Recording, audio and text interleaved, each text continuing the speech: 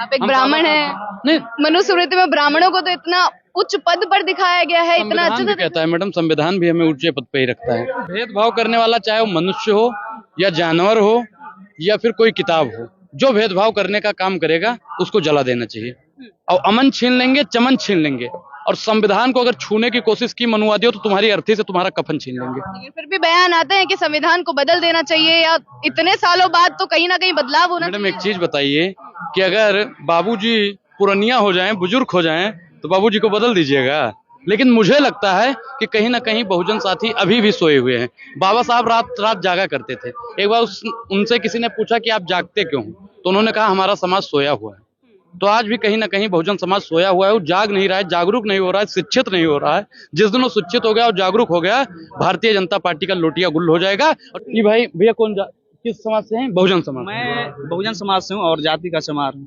कहाँ से आए हैं? मैं आरा जिला। कि बहुजन समाज के आंख जे देखाई तो अमूल निवासी के हक जे छिनाई तो गवर्नमेंट ही ले जाई संविधान बदलाई तो। मैं जातिवाद में सोच रहा हूँ कि कोई दलित प्रधानमंत्री बने और वो मुझे अपना एक दिन के लिए सलाहकार बना ले। अच्छा, आपको सलाहकार बना? सिर्फ एक दिन के लिए, मैं जिंदगी भर के नहीं, 5 साल के लिए नहीं। क्या सलाह देंगे? और उसको सिर्फ एक सलाह देंगे। नमस्कार, आप देख रहे थे जनता लाइव, मैं हूं अफसत रवीना।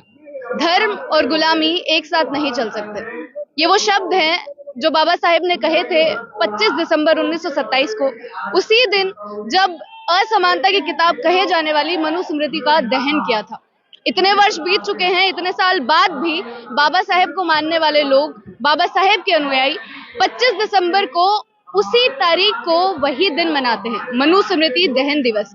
उसी खुशी से, उसी उत्साह से। और एक बात है जो बार बार हम लोग याद करते हैं, बाबा साहेब भी बार बार कहते थे कि वो ब्राह्मणों के खिलाफ नहीं, ब्राह्मणवाद के खिलाफ थे। जब उन्होंने 1927 में मनुस्मृति का दहन किया था, मनुस्मृति की किताब को जलाया था, उस समय भी उनके साथ एक ब्राह्मण साथी था जो स्टेज पर आकर साफ साफ उन्होंने बोला था कि वो असमानता के खिलाफ है और इन सारी चीजों का वो भी विरोध करते हैं। और आज हमारे साथ अनुराग ओझा जी हैं, खुद एक ब्राह्मण हैं, लेकिन आज ऐसे ही इवेंट में आए हैं, अपनी शिरकत की है मनुस्मृति दहन दिवस में।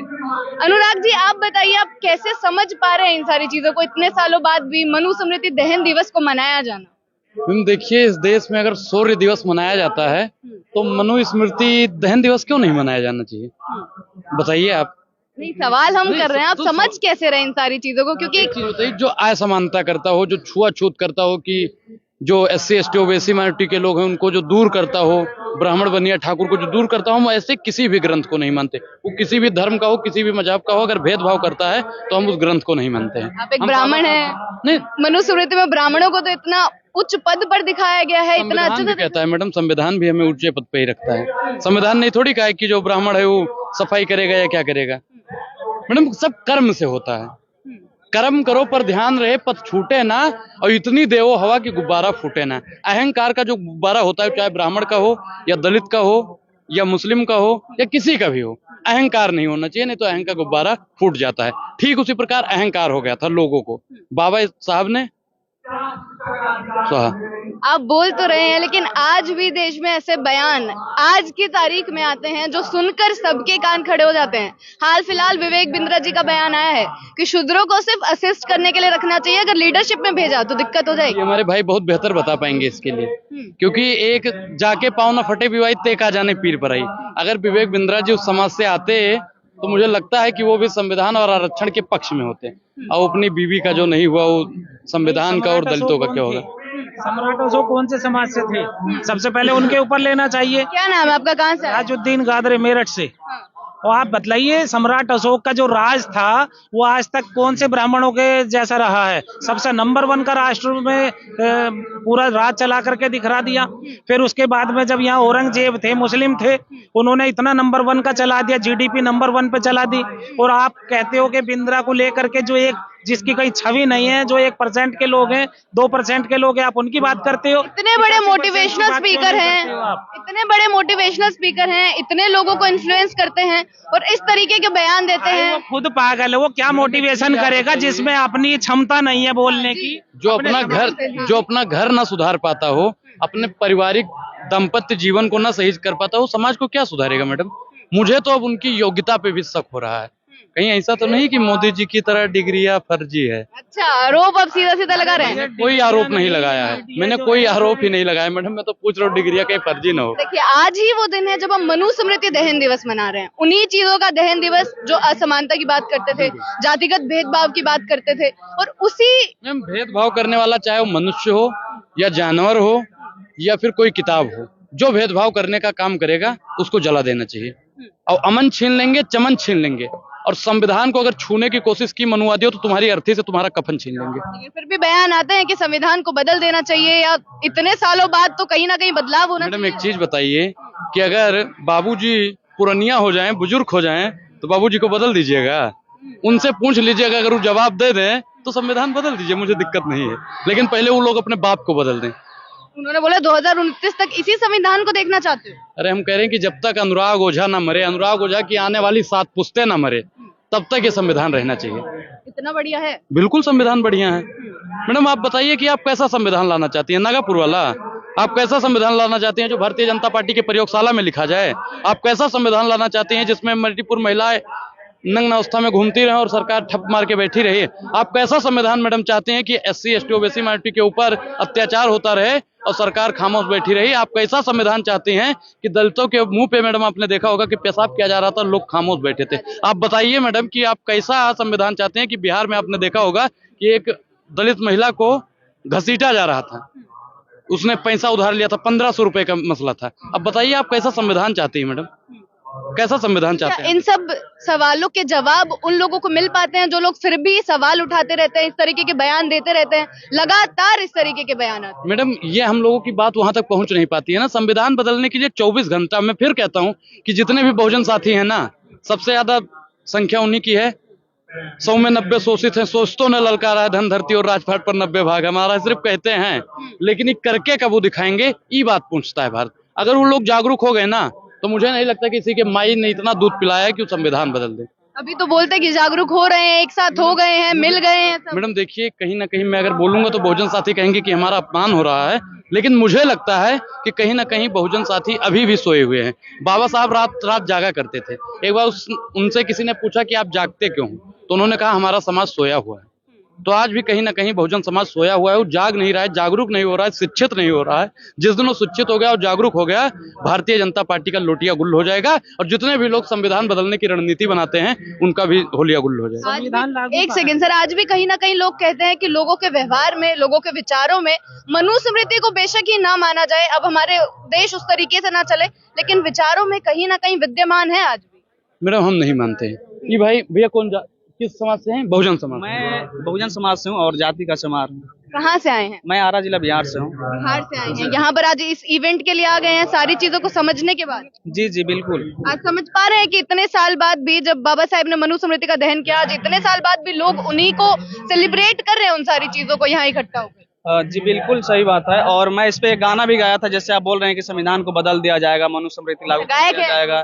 तो जैसे मेरा नाम है राकेश रंजन, मैं आरा जिला बिहार से बिलोंग करता हूँ। और गाने का बोल था कि बहुजन समाज के आंख जे देखाई तो अमूल्य निवासी के हक जे छिनाई तो गवर्नमेंट ही ले जाई संविधान बदलाई तो सरकार ही ले जाई संविधान बदलाई तो हम लोग बता दें मैडम कि हम लोग बहुजन समाज के लोग इतना भी कमजोर नहीं है कि आप हमारा संविधान बदलेंगे और हम लोग देखते रहेंगे। 2024 नजदीक है, आप बोल रहे हैं कि सरकार ही बदल जाएगी अगर संविधान बदलने की बात। बिल्कुल। कैसे लग रहा है? संविधान तो बदलेगा ही नहीं किसी भी हाल में मैम। कोशिश तो जारी है, लग रहा है ना। लोग बोलते हैं कि कोशिशें शुरू हो गई हैं, पीछे पड़ गए हैं, ये सारी चीजें, ये सारे बयान भी तो दिख रहे हैं। बिल्कुल अफवाहें हैं, लेकिन कोई संविधान बदल नहीं पाएगा। अगर कोशिश की गई, अगर सामने आके बोला गया, तो क्या होगा, अंजाम क्या होने वाला? देखिए हमारा समाज पहले सोया था, लेकिन अभी हमारे सभी समाज के, हमारे नौजवान साथी, हमारे समाज के जितने लोग हैं, सभी लोग जग चुके हैं। और वो लोग अपने जीवित मतलब जब तक जिंदा रहेंगे, जब तक संविधान चेंज नहीं होने देंगे। जी बिल्कुल। किस तरीके की चीजें होंगी वो तो देखिए मैं तो आगे की बातें नहीं बता सकता हूँ। और हमारे साथ हैं अनुराग ओझा भैया, इनको ज्यादा नॉलेज है। तो आप लोग जिस तरीके की बातें कर रहे हैं, आज वो दिन है जब हम लोगों ने उस चीज को अपनाया था कि सभी समान होते हैं, हर एक इंसान को समान माना जाना चाहिए। लेकिन उन लोगों को क्या कहना चाहेंगे जो आज की डेट में भी समानता पर विश्वास नहीं करते हैं, आज की डेट में भी उन सारी चीजों को मानते हैं? देखिए ऐसे में तो 100 में 5% लोग हैं, 5-2%, वो लोग भी जग जाएंगे धीरे धीरे, सोए हैं। आपको लग रहा है अनुराग जी 5 से 10% लोग ही हैं जो आज भी मान रहे हैं समानता? नहीं मैडम, देखिए हमारे समाज में, हम ब्राह्मण समाज से आते हैं, हमारा जो खानदान है हम लोगों का, वो लोग तो मानते हैं। हम लोग मानववाद की पहचान, मनुवाद की क्या पहचान, खिटपिट बोलें करें ना काम, और मानववाद की क्या पहचान, ब्राह्मण भंगी एक समान। तो हम लोग तो मानववाद को मानने वाले हैं, ब्राह्मणवाद और पाखंडवाद को नहीं मानते हैं। आप बोल तो रहे हैं इतनी बड़ी बड़ी बातें, पूरा आप अपना मान भी रहे हैं, हम हमने समझ कभी छोटा बोला ही नहीं, हम जितना बोलते हैं सब बड़ा बड़ा बोलते हैं। समझ गए हैं आपकी चीजें, लेकिन जो लोग आज भी इस तरीके की चीजें कर जाते हैं, हम जो लोगों आपने की 3 दवाई, जूता चप्पल और कुटाई। इस तरीके की चीजें बोल रहे हैं कैमरा पे। मैडम गलत है इसमें। जो बताइए कि ब्राह्मण को शूद्रों से बांटता हो, हिंदू को मुसलमान से बांटता हो, सिख को ईसाई से बांटता हो, उन लोगों को बिल्कुल कुटाई होनी चाहिए। और मैं तो भारत सरकार से कहना चाहता हूँ कि इसके लिए एक कानून स्पेशल बना दीजिए।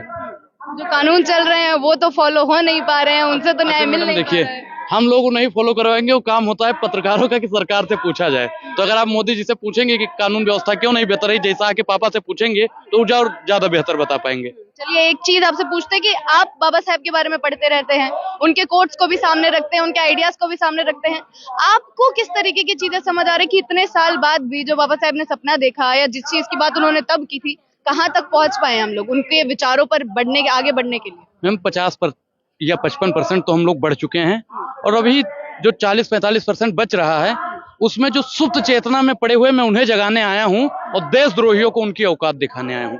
जो लोग वो भी समझ गए ना, तो मुझे लगता है कि देश में संविधान को बदलने को कोई सोच नहीं सकता है। मन में भी आएगा ना तो थर्रा जाएंगे, कांप जाएगा, कि रोवा खड़ा हो जाएगा, कहेगा नहीं भैया महाराज गलती हो गई, संविधान के प्रति हम गलत कर दिए बोल के। मैडम लोग सोचेंगे भी नहीं संविधान बदलने को। अभी ऐसा लेकिन होने इसके लिए वही होगा, बाबा साहब ने कहा था ना कि शिक्षा शेरनी का दूध है, जो पिएगा वही दहाड़ेगा। तो उसके लिए तो शिक्षा जरूरी है। गड़गे बाबा ने भी तो कहा था कि रोटी की थाली बेच दो लेकिन शिक्षित रहो। तो मैडम शिक्षा जब तक नहीं होगी तब तक ये अंधभक्त लोग और मूर्ख लोग संविधान को बदलने की बात करते रहेंगे। और जो संविधान के बदलने की बात जब आती है और उसी को जवाब देने के लिए जब आप जैसे लोग सामने आते हैं, उसी तरीके के लोग बदलने की बात करते हैं, तो एक तरफ आप जैसे लोग जवाब देने का काम करते हैं किस तरीके से नहीं बदला जाना चाहिए। उन लोगों को क्या कहेंगे जो इस तरीके के बयानबाजी फिर भी करते रहते हैं? वो देखते हैं कि लोगों को आहत हो रहा है, भावनाओं को आहत होने की बात की जाती है, लेकिन देखिए गीता में लिखा हुआ है कि समझाया उसे जाता है जो ना समझा हो, और मूर्खों को समझाना बेवकूफ का काम होता है। तो हम लोग बेवकूफ नहीं है। अब समझदार की बिल्कुल समझाया उसे जाता है जो ना समझा हो। अब हमको कुछ समझ में नहीं आता तो मैडम आप हमको समझा दीजिए। अब मूर्ख को आप समझाएंगे तो वो लोग मूर्ख हैं, और मूर्खों को समझाना अपने बस की बात नहीं है। चलिए एक बाबा साहेब के कोट से ही खत्म करेंगे। आप बताइए कि आज के दिन 25 दिसंबर के दिन जब 1927 में उन्होंने दहन की थी ये सारी चीजें जिससे असमानता खत्म हुई, आज के दिन इतने सालों बाद जब इतने सारे लोग उसी चीज को मिलकर इकट्ठा याद कर रहे हैं, एक साथ बैठकर बाबा साहेब के विचारों पर विचार विमर्श कर रहे हैं, आप क्या कहना चाहेंगे? मैडम देखिए, शिक्षित रहो, संगठित रहो, बाबा साहब ने तो कहा था, लेकिन हम तो कह रहे हैं कि जब तक सब शिक्षित और संगठित नहीं रहेंगे तब तक भेदभाव रहेगा। और मैं जातिवाद में सोच रहा हूँ कि कोई दलित प्रधानमंत्री बने और वो मुझे अपना एक दिन के लिए सलाहकार बना ले। अच्छा, आपको सलाहकार बना? सिर्फ एक दिन के लिए, मैं जिंदगी भर के नहीं, 5 साल के लिए नहीं। क्या सलाह देंगे? और उसको सिर्फ एक सलाह देंगे कि जो जातिवाद है ना, जाति को खत्म कर दीजिए और सबको सब भारतीय कर दीजिए। ना ही अपने नाम के पीछे चमार लिखे, ना अनुराग ओझा अपने पीछे ओझा लिखे, सब भारतीय हो जाएं। बस यही मेरी अपील रहेगी उनसे। चलिए बहुत बहुत शुक्रिया आपका। तो अनुराग ओझा जी हमारे साथ थे इस सम्मेलन में जो आज बौद्ध एवं बहुजन अधिकार सम्मेलन रखा गया है 25 दिसंबर को, जहां एक तरफ लोग क्रिसमस की खुशियां मना रहे तो दूसरी तरफ ये भी इतनी बड़ी खुशी है कि जब लोगों ने समानता को अपनाया था, हर एक इंसान समान होता है, जातिगत भेदभाव को मिटाने के लिए बाबा साहेब का एक कदम सामने आया था, उस चीज को सेलिब्रेट कर रहे हैं। इसी प्रकार जनता के मुद्दे तक पहुंचाते रहेंगे, बने रहे हमारे साथ। शुक्रिया।